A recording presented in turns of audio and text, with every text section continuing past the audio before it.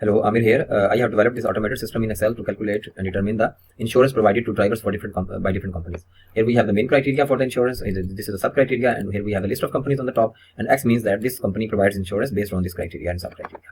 Here we have the main sheet to determine, and we have different formulas. As we can see, these are the formulas in input over here, and this is the formula over here. These are very complex formulas, as you can see. And so we select, for example, over here the genre. We select, for example, the camping car. These 6 companies provide, and here we have the 6 companies and the same companies over here. This is the final column. So we have, like, for example, the type of registration. We have, like, for example, classic. So these are the 61 companies who provide insurance for this criteria. And here we have, for example, I also select age of the driver, and then we select, for example, age group, for example, 21 to 22, and then these 12 companies provide insurance, and these are the 4 companies which provide insurance combined for all these criteria. So this is the system which we have made. Thank you.